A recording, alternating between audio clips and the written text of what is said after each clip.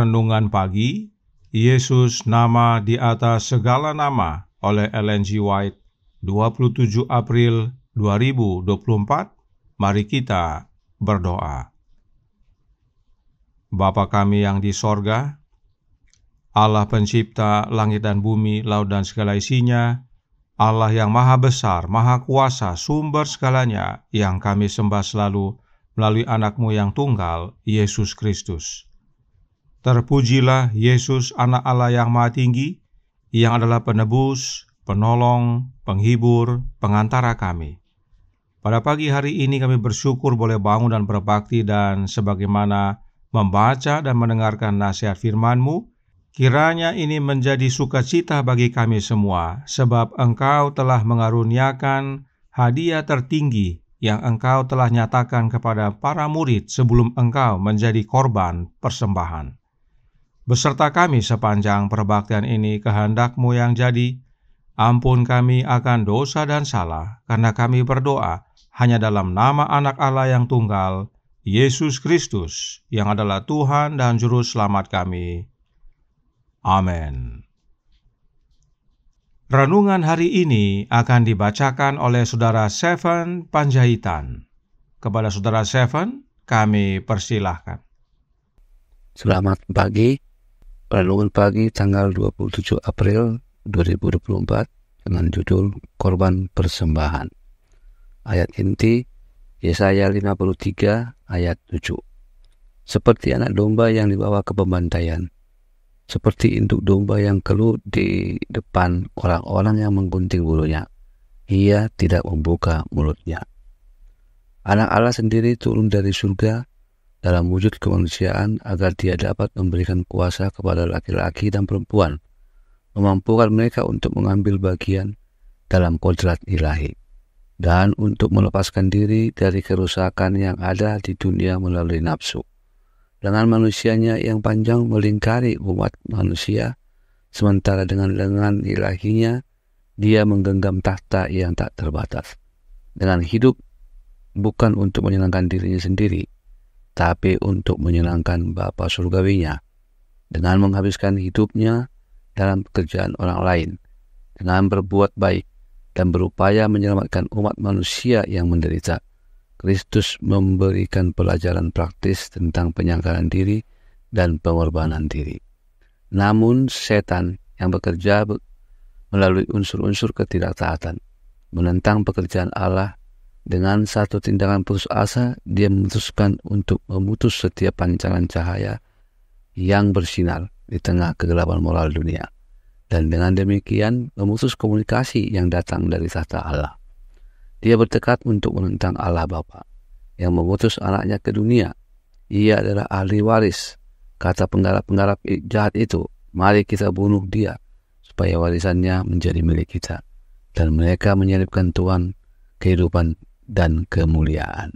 Sebelum Dia mempersembahkan dirinya sebagai korban persembahan, Kristus mencari karunia yang paling penting dan lengkap untuk dianugerahkan kepada dunia yang akan bertindak menggantikannya, dan membawa sumber kasih karunia yang tak terbatas ke dalam jangkauan para pengikutnya.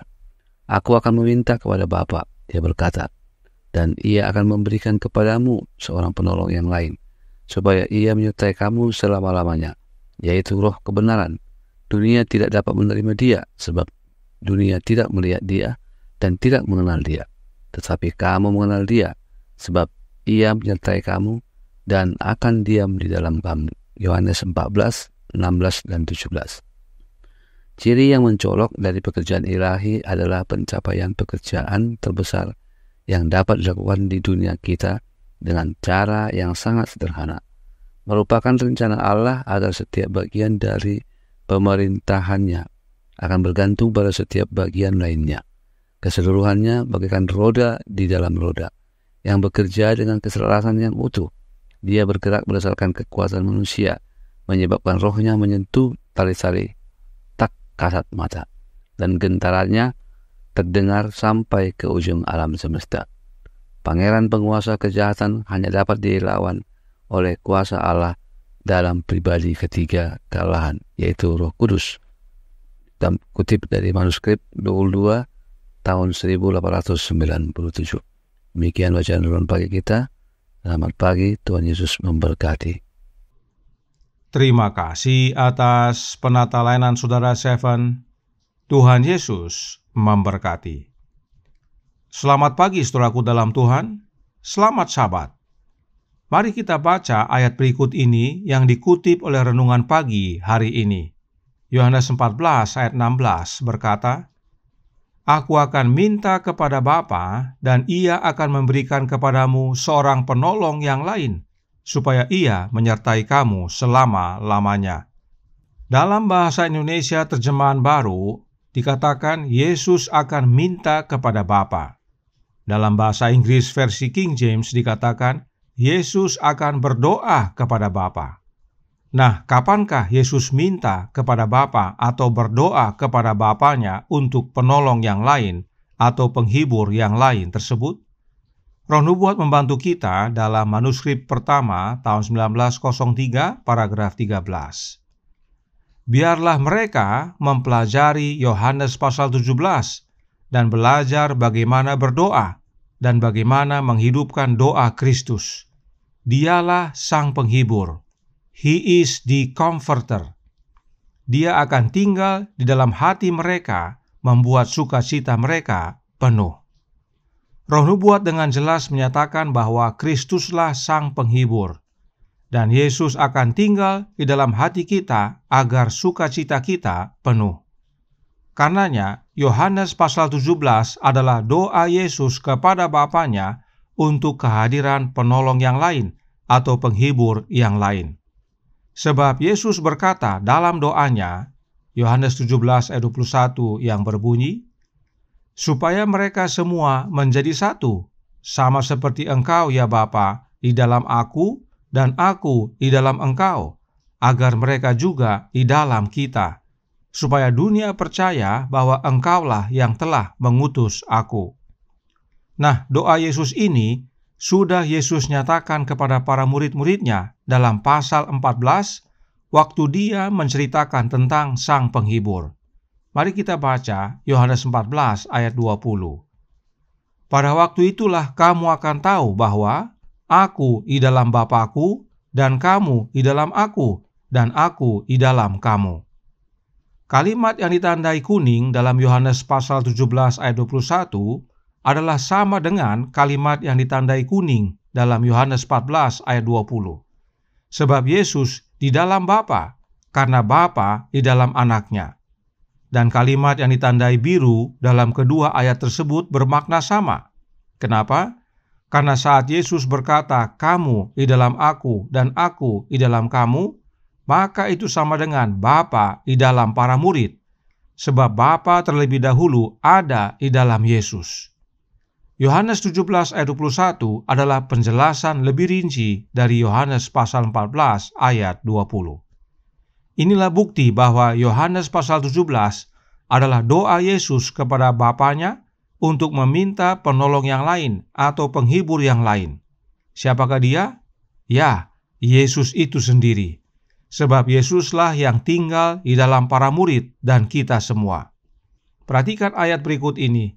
Yohanes 17 ayat 23 yang berbunyi, Aku di dalam mereka dan engkau di dalam aku, supaya mereka sempurna menjadi satu, agar dunia tahu bahwa engkau yang telah mengutus aku dan bahwa engkau mengasihi mereka sama seperti engkau mengasihi aku. Jelas sekali saudaraku dalam Tuhan, Yesuslah yang tinggal di dalam para murid, yang mana di dalam kita juga. Dan inilah rahasia persatuan dalam jemaat. Agar kita menjadi satu, maka kita harus menerima Kristus tinggal di dalam kita, dan bila Yesus tinggal di dalam kita, maka Bapa juga tinggal di dalam kita. Sebab Bapa sudah terlebih dahulu tinggal di dalam Yesus. Dengan menerima Yesus dalam hati kita, maka kita menerima Bapa dan Anaknya. Itulah sebabnya Yesus berkata, agar mereka juga di dalam kita. Kita yang Yesus maksudkan adalah Bapanya dan dirinya. Itu sebabnya jika kita kembali ke manuskrip 1 tahun 1903 tadi, Roh Nubuat menjelaskan tentang Yohanes pasal 17 ayat 21 dan 23 dalam paragraf yang ke-15. Kesatuan yang sempurna, persatuan yang serupa dengan kesatuan yang ada antara Bapa dan Anak, inilah yang akan memberikan keberhasilan pada upaya para pekerja Allah. Persatuan inilah yang meyakinkan dunia bahwa Allah memang telah mengutus Anaknya untuk menyelamatkan orang-orang berdosa.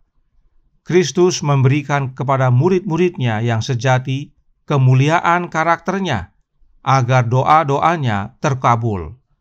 Melalui pemberian Roh-Nya, Dia muncul dalam kehidupan mereka. Semakin jelas bahwa Yesus adalah Sang Penghibur yang hadir dalam kehidupan para murid dan kita semua, yaitu oleh kehadiran Roh-Nya, yaitu Roh Kristus. Maka Yesus akan muncul dalam kehidupan kita, yaitu dalam karakter kita. Karenanya, itulah yang Yesus berikan kepada para murid dan kita semua, agar doanya Yesus terkabul. Karenanya, berdasarkan Alkitab dan Roh Nubuat, penolong yang lain atau Sang Penghibur itu adalah Yesus Kristus itu sendiri, yaitu oleh kehadiran Roh-Nya. Kebenaran ini penting sekali umat-umat Allah pahami, khususnya umat gereja Masehi Advent hari ke-7 yang percaya tulisan Roh Nubuat untuk membantu mengerti renungan pagi hari ini. Sebab renungan hari ini berkata dalam Jesus Name Above All Names, halaman 127 paragraf 4. Sebelum Dia mempersembahkan dirinya sebagai korban persembahan, Kristus mencari karunia yang paling penting dan lengkap untuk dianugerahkan kepada dunia, yang akan bertindak menggantikannya dan membawa sumber kasih karunia yang tak terbatas ke dalam jangkauan para pengikutnya. Aku akan minta kepada Bapa, Dia berkata, dan Ia akan memberikan kepadamu seorang penolong yang lain, supaya Ia menyertai kamu selama-lamanya, yaitu Roh kebenaran. Inilah sebabnya Yesus berdoa kepada Bapanya untuk mencari karunia yang paling penting dan lengkap, yang dapat Yesus berikan kepada para murid-Nya serta orang-orang percaya sesudahnya, untuk menggantikan Yesus yang akan kembali kepada Bapa nanti sesudah kebangkitannya. Dan pemberian itu bukanlah oknum yang lain atau orang lain, tetapi Roh-Nya Yesus itu sendiri yang disebut oknum ketiga dari kealahan. Benarkah oknum ketiga dari kealahan itu adalah Roh-Nya Yesus? Experiences in Australia halaman 231 paragraf 1 berkata, Roh Kudus adalah Roh Kristus. Itu adalah wakilnya. Jelas bahwa wakil Kristus itu bukan orang lain, bukan oknum lain, bukan pribadi yang lain, tetapi Roh-Nya Yesus itu sendiri, pribadinya Yesus itu sendiri. Dan wakilnya Yesus itu disebut dalam From the Heart halaman 306 paragraf 3. Kristus bertekad bahwa ketika Dia naik dari bumi ini, Dia akan memberikan hadiah kepada mereka yang percaya kepadanya dan mereka yang harus percaya kepadanya. Hadiah apa yang dapat Dia berikan dengan cukup kaya untuk menandai dan memberkati kenaikannya ke tahta pengantara? Itu harus sepadan dengan kebesaran dan keagungannya. Dia bertekad untuk memberikan wakilnya oknum ketiga dari kealahan. Jadi, berdasarkan dua kutipan terakhir, dikatakan Roh Kudus adalah Roh Kristus, itu adalah wakilnya. Dan Roh Nubuat juga berkata, Dia, yaitu Yesus, bertekad untuk memberikan wakilnya oknum ketiga dari kealahan. Jadi, berdasarkan penjelasan Roh Nubuat, Roh Kudus yang adalah Roh Kristus adalah wakilnya Yesus, kemudian oknum ketiga dari kealahan juga wakilnya Yesus. Nah, ada berapakah wakilnya Kristus? Ada satu tentunya. Maka, saat kalimat yang menyatakan wakilnya tersebut dicoret, hasilnya menjadi Roh Kudus adalah Roh Kristus, sama dengan oknum ketiga dari kealahan. Inilah kebenaran jika kita izinkan Roh Nubuat menjelaskan dirinya sendiri. Oknum ketiga dari kealahan itu bukanlah oknum lain atau orang lain, tetapi Roh-Nya Yesus itu sendiri yang disebut Roh Kudus. Karenanya saat kita membaca kalimat akhir renungan hari ini yang berkata dalam Jesus' Name Above All Names, halaman 127 paragraf 6. Pangeran penguasa kejahatan hanya dapat dilawan oleh kuasa Allah dalam pribadi ketiga kealahan, yaitu Roh Kudus.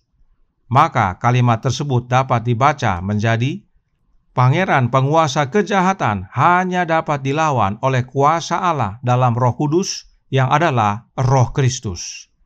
Sebab Roh Kudus yang adalah Roh Kristus inilah hadiah tertinggi yang Yesus berikan kepada kita, yang disebut juga dengan oknum ketiga dari kealahan yang Dia minta kepada Bapa sebelum dirinya menjadi korban persembahan.